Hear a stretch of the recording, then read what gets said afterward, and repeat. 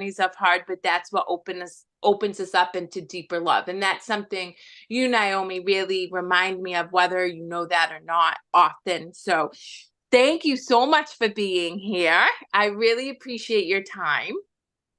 Thank you for the invitation. I'm excited to share space with you and just have conversation.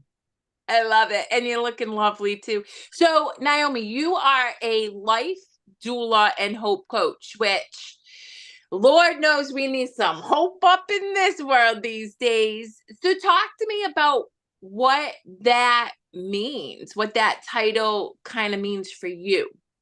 Right. So thank you for that. So I think a lot of people have heard the term of doula. If not, it's becoming a bit more prevalent. I think most people hear it in the space of women having a baby, where they may have a doula that supports them in their pregnancy or after, or even a death doula, someone who supports you through transition as you're transitioning through death. And so a life doula is just what it says. It's a person who supports you. I'm a person who supports you through major life altering events. Um, Things happen, life happens. You may get a medical diagnosis, your child may get a medical diagnosis, you're getting a divorce, or relationship ends after X number of years, or now you're becoming a caregiver of your aged parents and you're having to, for lack of a better way of saying it, give up your life, give up your normal to take care of. And that's grief. You will experience grief through that. And so, as a life doula, supporting you through that, helping to bring some order to the chaos that ensues, helping to identify what are the next steps. Where do I go? What are the resources? And so that's what I do in that regard. And then as a hope coach, again, there are a lot of emotions that come up with that we don't often know what to do with. Like when I was laid off in my early 20s and I sunk into this depression that I didn't know I was in. And what I didn't realize is I was experiencing grief of a loss of a job that was to no fault of my own, but I had no language, for that, and no understanding. And so we process through grief, but a lot of people don't want to talk about their grief. We hope is more palatable. And Yes. so working as a hope coach to process through the loss, and then also seeing life isn't over, you just have to pivot. So pivoting, helping people pivot to their best life now. What does that mean? What does that look like? That is really profound. And you mentioned grief a couple times, and I really want to highlight that for the community, because you're spot on in that whether we are transitioning, even if our child's graduating high school, right? We have grief over the baby that is now stepping into their experiences of young adult. And the narrative for so long has been to go along to get along and suck it up. And so I really love the idea that you give people permission to recognize, one, that they are experiencing emotions and that it's important to allow them to come up and unpack them. But two, that in doing that doesn't mean that you're not going to experience joy and fun and love in that process of grief, which I imagine is where that hope piece comes in, correct? Yes, absolutely. That's Absolutely. beautiful. I love that. So, as you mentioned, you were laid off in your 20s. How did you find your purpose in helping people kind of navigate choppy times in their life and or move through grief? Because that's not something that everybody wakes up and says, "Oh, I'm gonna help people move through hard." Right. So that's an excellent question. It was after and not directly after my having my son, I remember I was sitting in one of his therapy sessions. It was occupational therapy, and I was applying for one of the social services programs that he needed. And it was a beast. It was I was in tears doing it and frustrated. And I said, I wish there was someone where I could just take all of this paperwork and all of the things that are going on in my head and all the things that I have to sort out for him and then the things that are going on with me. But I wish there was someone where I could just take all of this paper and be like, here, this is what I have. This I need some order to it. I don't know what to do next. There's so many steps and there's so many things. I'm just overwhelmed with it all. Um, and I said, okay, if I'm feeling this, I know other parents in my situation are feeling this as well. And so years later, so I mean, this was years ago, I that never left. And in the job that I was in, I would work to help families do that as much as I could. But when I left my regular 9 to 5 and branched out and said, my mental wellness can't take this anymore, take this bureaucratic system, I need to do something different. And it was, let me support families, not solely like mine, but people who are going through and need that and want that support, but don't have language to say, this is what I need. Yeah. Yeah. So, I mean, you talk about overwhelm. I'm going to tell you right now, one of my daughters has recently asked to be seen by a therapist, which I'm all supportive of having non-biased people, and just trying to get her that resource has been wild. So I can imagine, you sitting in that space, and yet while you're in this incredibly um just heightened state of emotion, I imagine you recognize the need to serve others. And I love that so much. So you mentioned your son and occupational therapy, and I have had the privilege to meet him and see his beauty. But talk to me about your experience with Noah that really, I think, was pivotal in helping you show up the way you do for people. Yes, he is why I do what I do. Yeah. And he he his experiences um are and our experiences on his behalf are what enable me to do the work that I do. Because I don't want others to struggle the way that we've had to and the way that we still have to struggle. And I don't like that word, but that's that's kind of what it is in moments, right? So Noah, my beautiful light, um, came into my life at a time that I didn't know that I needed him most. Um, so he has saved me, and he has charted new territories. I was going to say he steered my boat in another direction, but he put me on a whole nother path that I didn't know existed, and I honestly wouldn't have it any other way. Um, but the short of it, Noah was born at 26 weeks, so he was 14 weeks early. And I had a healthcare team that wasn't listening to me when I was telling them something was wrong. And this is I used to work with high risk women who were pregnant. So I knew what I was looking for.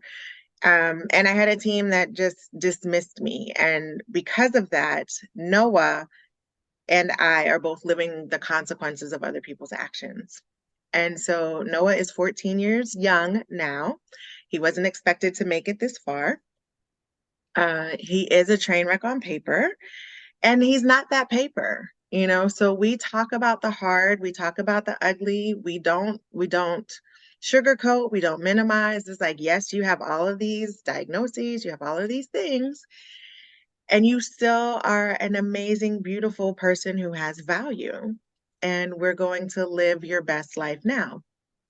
Um, he is pure joy and pure love. And so you've interacted with him, and Noah is a person who does not use words to communicate, and he doesn't have to, Mhm. because his spirit, his aura does it for him. And so I have had to I've had to fight for his life on many occasions, because he gets dismissed.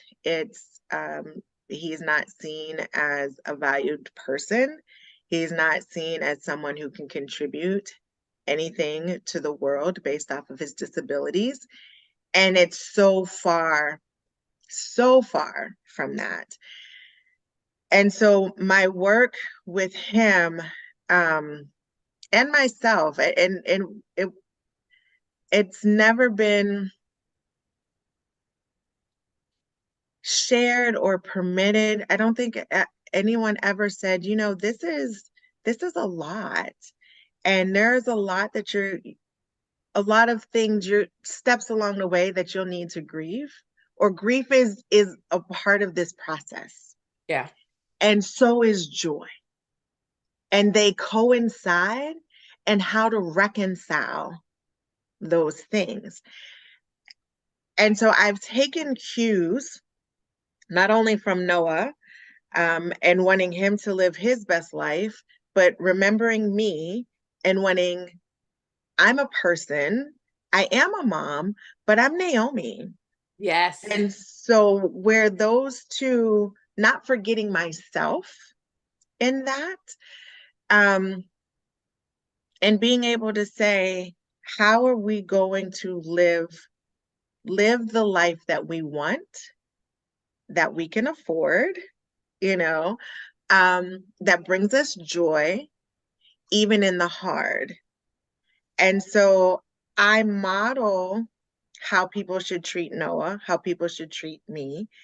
And in that as well, working with other families to be able to see that their children are more than their diagnoses. Yes. Um, and you mentioned something about as I'm living it and working with others, and that it's challenging, right? Because I'm still living and fighting systems every day. I was on a call right before this, and I have to do a call right after this, on his behalf, and figuring some things out. But I think that's what lends not just credibility, more so it does give credibility, but more than that, it gives the compassion and the empathy, is that I really do understand. Yeah. Even if it's not your child, if it's you and you've gotten this diagnosis and you have no idea, how am I going to pay the bills? What's going to happen with my children? Where am I going to live? All of those things. Well, it's interesting because I think back to moments when I experienced deep depression, and this is even in my teens. And the very idea of picking up the phone to advocate for my needs and for therapy or whatever seemed so daunting. So I completely can resonate with your the need for somebody like you who can really be that person to help, encourage, and be that catalyst to say you can do this even though it's a little bit overwhelming, and here are some steps you can take to kind of minimize the feelings that you're experiencing as you have to move through this process. And to your point, Noah is not self sufficient at all, right? He's wheelchair bound. As you mentioned, he can't speak. To your point, he is, oh my God, so much love. You see him and he exudes to like this energy that had a profound effect on me. But that requires you to give so much of yourself. So you mentioned, there is this person, Naomi, outside of mom, outside of Hope Coach and doula. What do you do to nurture your own spirit and your own physical and mental health so that way you can show up and meet the challenges of the roles that you have kind of been thrust into and then also chosen to take part in? Yeah. Um, and one thing I normally say wheelchair dependent. Um, and that's I'm big on words because words create pictures, pictures create thoughts for us, right? I love that. Um, and so um what do I do for myself? I was thinking about that before we hopped on. So part of my signature line, every email that I send, my salutation is choose joy, but it's not pre-typed in there. So every email that I send, I type choose joy. And that's a reminder to me that I have a choice. I don't always choose joy. Let me say that. And that sounds really simple, but it's really big because okay, you do have a choice, and it helps for me to refocus. Yeah. Um, what am I thinking about? What am I focusing on? So that's in my day, every day to day. I am a huge proponent of finding the right therapist for you. So when you mentioned that your daughter had reached out, kudos for our young people. I mean, that's a big deal. That's hard for adults to say. And I really wish we could right this ship about mental wellness and saying that we need help. We were created to be interdependent. Yep. To We can't do everything on our own. That's not how we were created. So that's not how we should function. And there should be nothing wrong with saying, I need help, because Yeah. we will all need help, right? And so I um I have a therapist, and I was one of those people where for a little while, you see them for a while and then you're like, "Oh, everything is good. I don't need to see you anymore." So um you don't, and then as life progresses, things kind of fall off. And so I do, even when I feel good, so I do maintenance. Yeah. So I don't see someone every week. I have the opportunity to, if needed, right? So if life heightens and things are like, oh, um, but I do maintenance. So I see someone every 2 to 3 weeks. Yeah. And I'm good with that. And it's not only talking about things that are going wrong or having to sort things out. I take opportunity, and that's a space for me to also celebrate. These are things that are going on that I want to say, yay. Um, so creating the space that was needed for me. I've also done medication. Um, and I know different people have different feelings about that. I will say, if you need it, take it. And there's nothing wrong with that, but take it how you need to. So you can't take medication and drink Yes. Thank you. Thank you. Yeah. Yep. um, so that's one of the things, as I'm working with other people, I look at myself and the things that I need. One thing is not going to do it for me. Um, so I have a lot of different tools in my toolbox. I am a yoga instructor.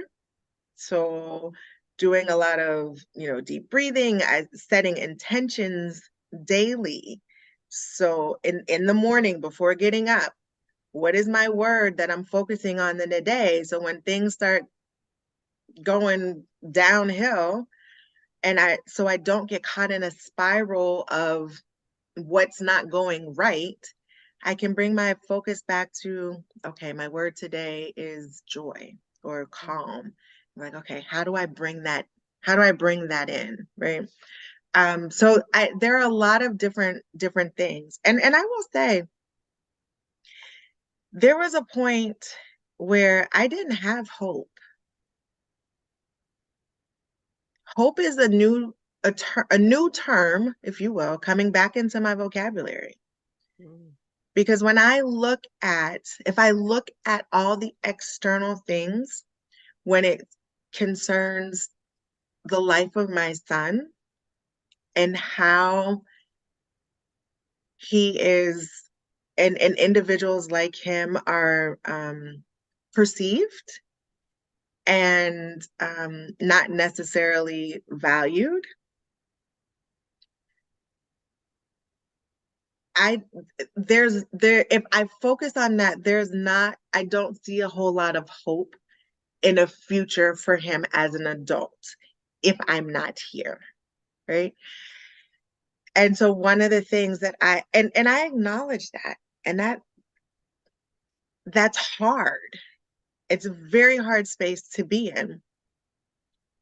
And at the same time, and having worked with my therapist, when I've been at rock bottom and have been in despair and have been hopeless, um, being in a place of, okay, how do you create joy?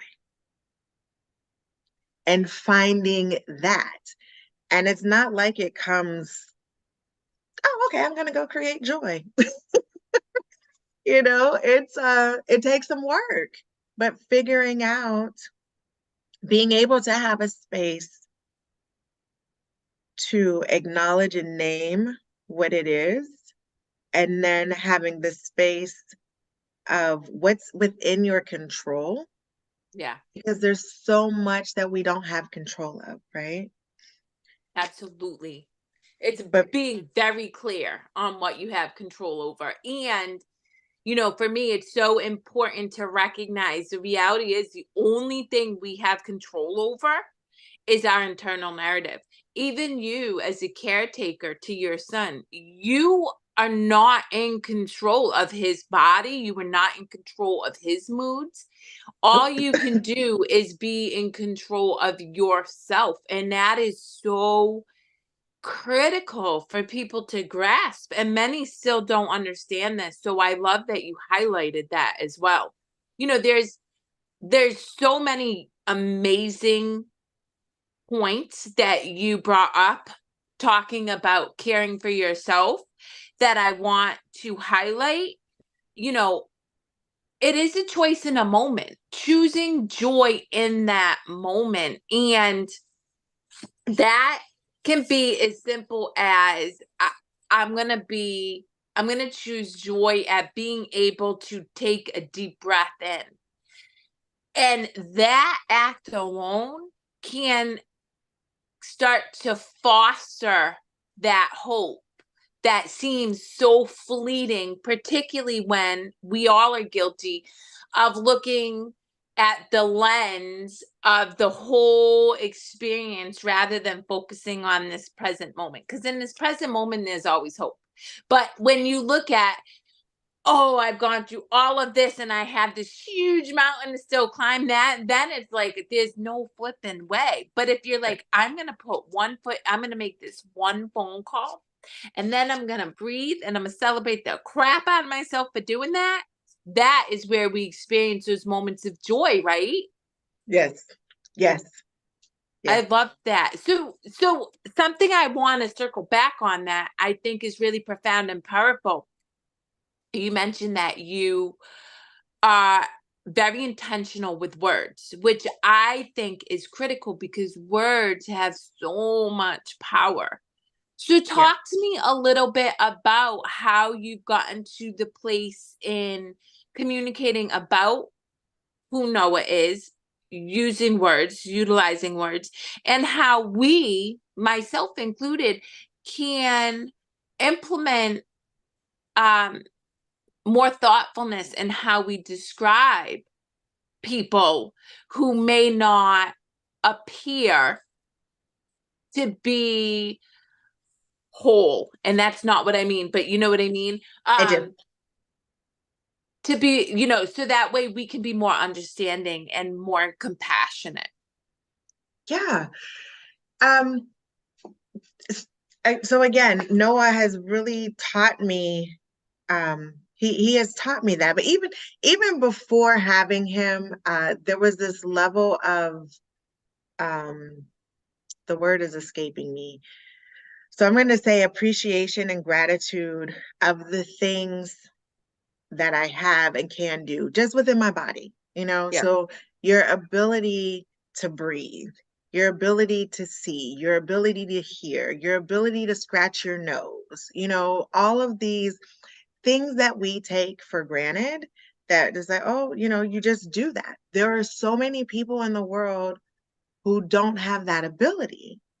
And so being able to appreciate what we have and the abilities that we're able to do, and at the same time it comes down for me, to humanizing people and valuing people. And I think a lot of it comes from, um and having been in the neonatal intensive care world before Noah was born, and hearing how preemie babies who had sustained significant injury before, during, or after birth, or a child that may have an accident where they were typical before, and now they're going to be completely dependent, or even an adult. um you know Disability, the baseline for a good life is not to be disabled by a lot of people's standards, right? And for many people, the baseline is starting at disabled Yeah. and they still have a good life. And so when it comes down to language, for me, I just remember, growing up and hearing, MR, which stands for mental retardation, and what that meant and what that looked like, and how people were teased, in that regard. When people say handicapped, the image that comes to mind. So I know what image used to come to mind for me. And so in having Noah and knowing the severity of the complexities that he has, and the severeness of the disabilities that he has, I didn't want him to be seen as someone who would never be able to do anything, even though that's what I was told. Yeah. I was told he would be vegetative. And so when he was younger, I used to say he's differently abled. He is able to do things, he just does them differently. And not just him, but others like him. When you meet someone and I have a friend that I speak with on a regular, and we talk about it. Your body is broken, and that's okay. Your mind is here, your body is broken. And being able to say what is, this is fact. Noah's body is broken. It's no fault to him, and he's still a person, Yeah. right? So being able to come back to that. So because you think or because I can't say words to you, does not give you the right to talk about me like I'm not here, Mm, and like I can't understand you, or that I am less than because I am not like you and I don't have the abilities that you have. And so words matter.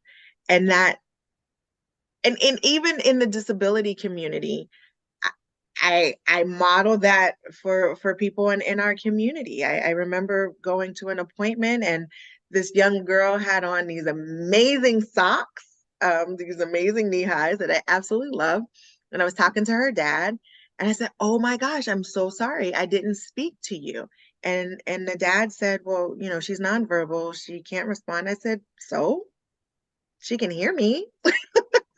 And she's a person. And when I started speaking to her, her demeanor changed, right? And so I'm talking from a perspective of where individuals are unable to speak back and there may be some intellectual impairment. And there are plenty of other people who their body is broken and their mind is fine, but they Yep. can't speak back. They might use a communication device. So words matter. And I've started shifting because, and I'm sorry, I know this is a long answer. No, don't apologize. Um, but I have shifted to now I say Noah is disabled Yeah. because he's a 14-year-old young man who is becoming a male adult who is always going to need support. So he's not this small, cute little boy. He's still very handsome, but he's not this small little boy that everybody wants to assist right now, right? Mm, And so when he was younger, I needed people to understand he is a person, he needs help, and he does it differently. Now that he is a young man and saying he is disabled, he's still a person, and so disability looks different. yeah. So, something you mentioned, you talked about that young girl who had amazing socks, and you were able to, you recognize the importance of acknowledging, speaking to, seeing her. And something that, I am very versed in is quantum physics, right? So at the end of the day, we all communicate non-verbally. How many people, when I'm pissed off if I'm in a room and I don't have to say anything, right? If I'm afraid, right, of something because you feel that energy. And so I think it is so important that we are conscious of everybody's person in a room, in an experience, because they do feel your energy, whether they can communicate it or not. And so I'm interested in getting your opinion on. I know a lot of people,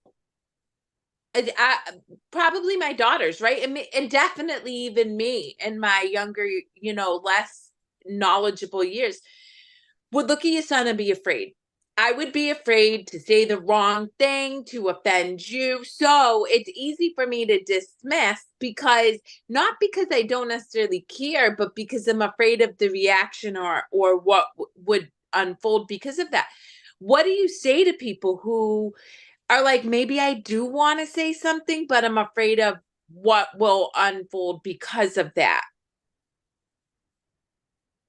Yeah, thank you for asking that question because a lot of people have those feelings and they don't know. So I think one part of it would be, are you curious and want to know what happened? Um, the easiest for me out of all of that, for people, even if you are curious, to me, the best thing is to say hello. Mhm. Start with hello. Hello to me, hello to the other person, acknowledging Noah, acknowledging that person, and acknowledge me. Making a compliment. You have a beautiful smile, or you have beautiful eye. He has killer eyelashes. Women pay mad money for the eyelashes and eyebrows that he has. Um, he has unique shoes. I call them shoes. They're his leg braces. So to me, it just all starts with a hello. Um, how are you today? And just general Yeah. conversation. Some people, what I can say not to do is, well, what's wrong with him? Or what's wrong with her? Or even if you're curious about the shoes. And I get it when it comes from children, it's more palpable. It is not when they stare. So I will, Yeah. if kids or adults stare, hello, say hello. Yeah. Yep. It's that simple. And sometimes it's a matter of, do you need to say anything outside of hello? Does the conversation need to go further than that? And the response that you get, everyone is different, and I'm different. Some days I have the capacity to engage, and other days I don't. I love that. That is such a beautiful and truthful statement. I think even myself, right? I really do exude love and curiosity and kindness and compassion. And there are some days I don't even have the capacity to exude that for myself. It's rare, but it's there. And Right. as a result, I don't want to engage. And so being able to, again, going back to energy, recognizing people's energy and where they're at is so profound. And that's why, while I think words are incredibly powerful and that we choose our words with care and are thoughtful, it's even more important to be aware of where you are at energetically and appreciating and respecting that and not judging it. And also being aware of where others are at. Because to your point, Noah is energy. So he has good days and bad days, just like the rest of us, I imagine. Some days he wants to be joyful and engage and then other days he probably is like, nah, I'm not with it today. And being able to recognize that and knowing that it's okay. Yes. Yes. That's been a big thing. Not just for me, but for family, friends, teachers, and even strangers. And in me being able to say and recognizing his because he absolutely communicates. It's just not with it's not with words that we can understand. Let me say it that way. Yeah. Um, and I remember doing a class and he was with me. We were doing a presentation and I said, Noah may join the conversation and he will probably communicate in a way that you are not going to understand.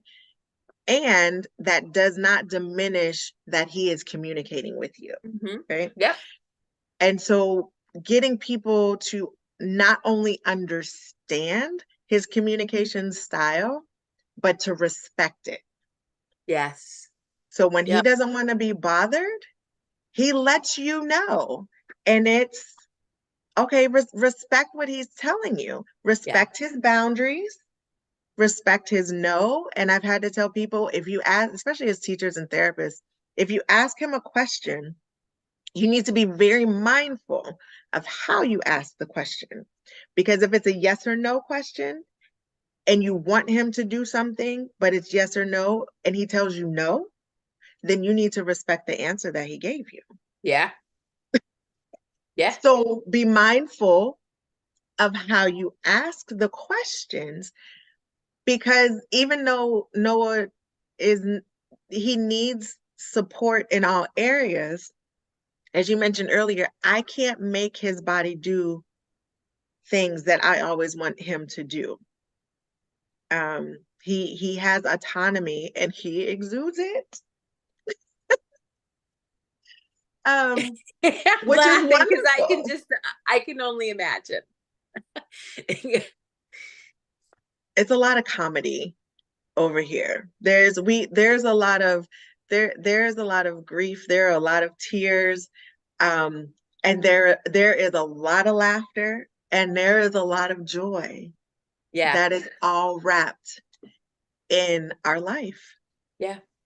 I imagine you know, caring for anybody brings humility, right? Because if you really want to connect with somebody on a genuine level, you're going to have blunders all the time. I mean, even me doing this interview series, I blunder all the time and you just have to laugh and roll with it. And so I imagine, being in a space with Noah as he's growing into a young man, like to your point, he's not a little kid. And just because he doesn't present the way in which the world thinks he should doesn't take away the fact that he's growing. He has autonomy. He has dislikes and likes.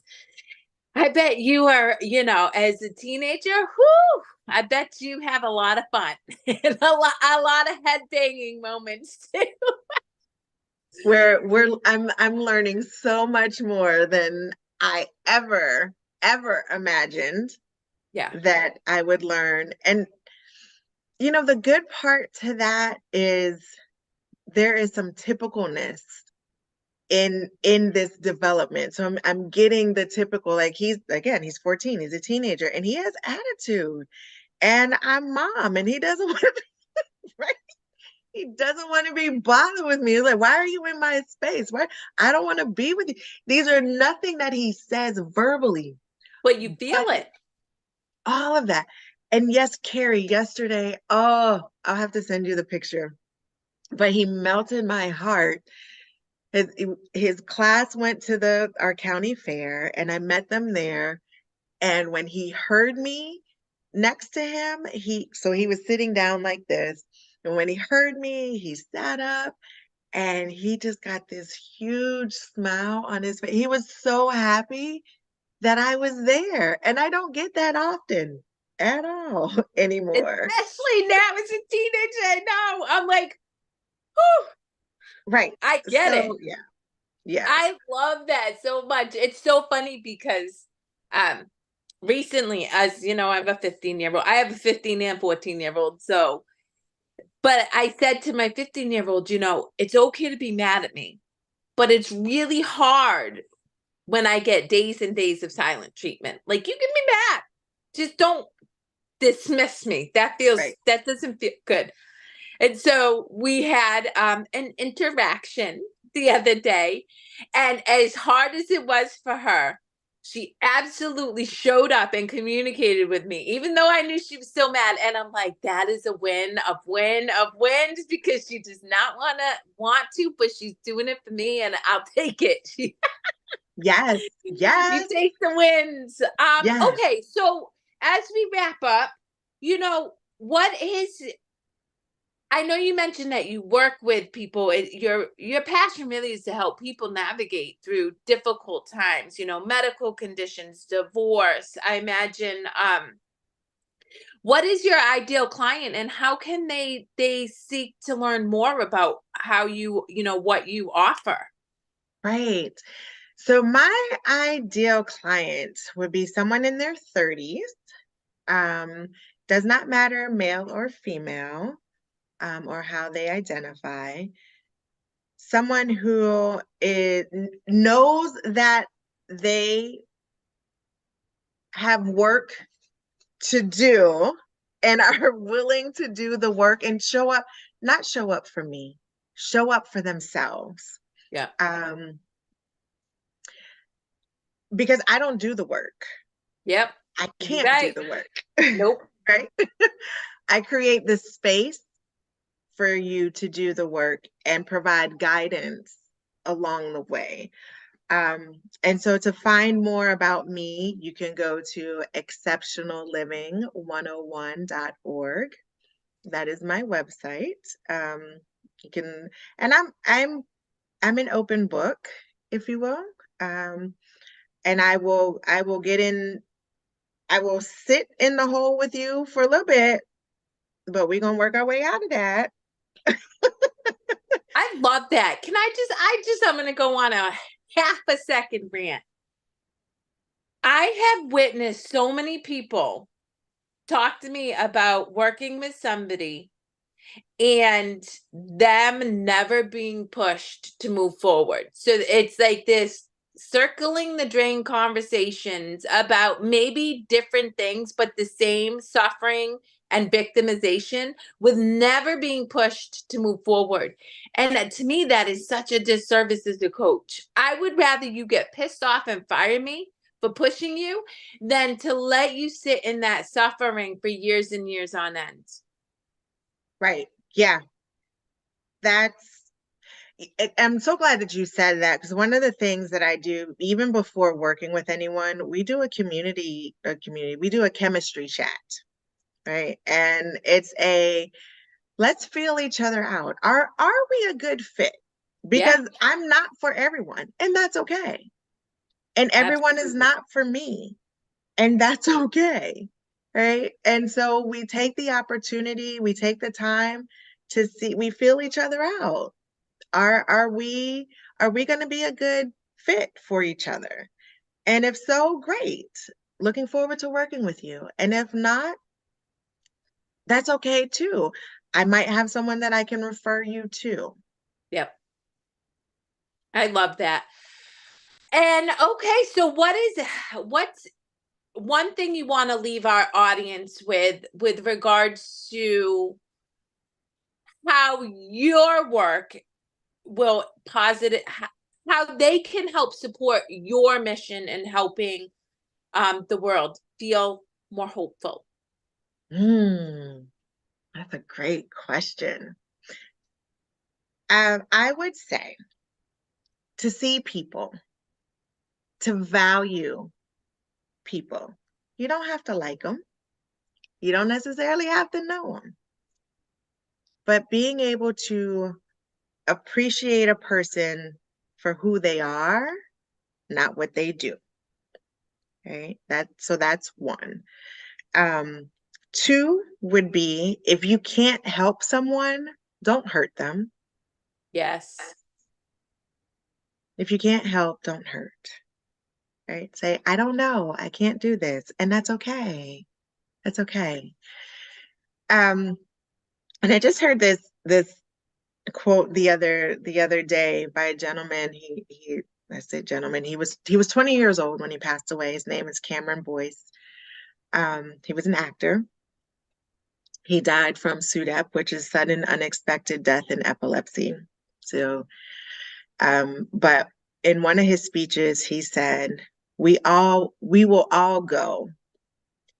And my hope is that um, we will leave things better than when we were here. Hmm. I love that. So So, beautiful. All right, community. Please reach out to Naomi. She has such a beautiful spirit and heart, and maybe, just maybe, if chemistry aligns, you'll have the opportunity that I did to meet with and engage with Noah, who, oh, I talk about him still with Nana a lot. We were talking about you guys yesterday and the girls. I just felt so profoundly connected to him. So please reach out. This has been a gift and an honor. Thank you so much for your time. I appreciate you immensely.